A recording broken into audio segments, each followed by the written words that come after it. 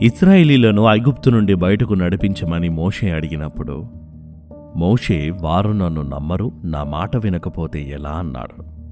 అప్పుడు దేవుడు ఒక సాధారణ ప్రశ్నతో సమాధానమిచ్చాడు. నీ చేతిలోనిది ఏమిటి?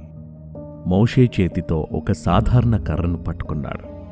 మోషే చేయవలసిందల్లా కర్రను తీసుకెళ్లడం, మిగిలిన వాటిని చేయటానికి ఆయనను విశ్వసించడం.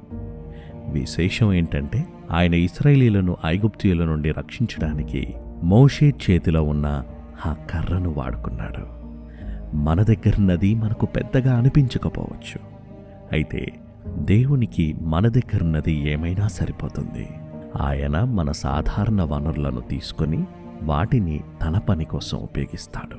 ప్రియమైన దేవా, నేను కలిగి ఉన్న దానిని నీకు సమర్పిస్తున్నాను.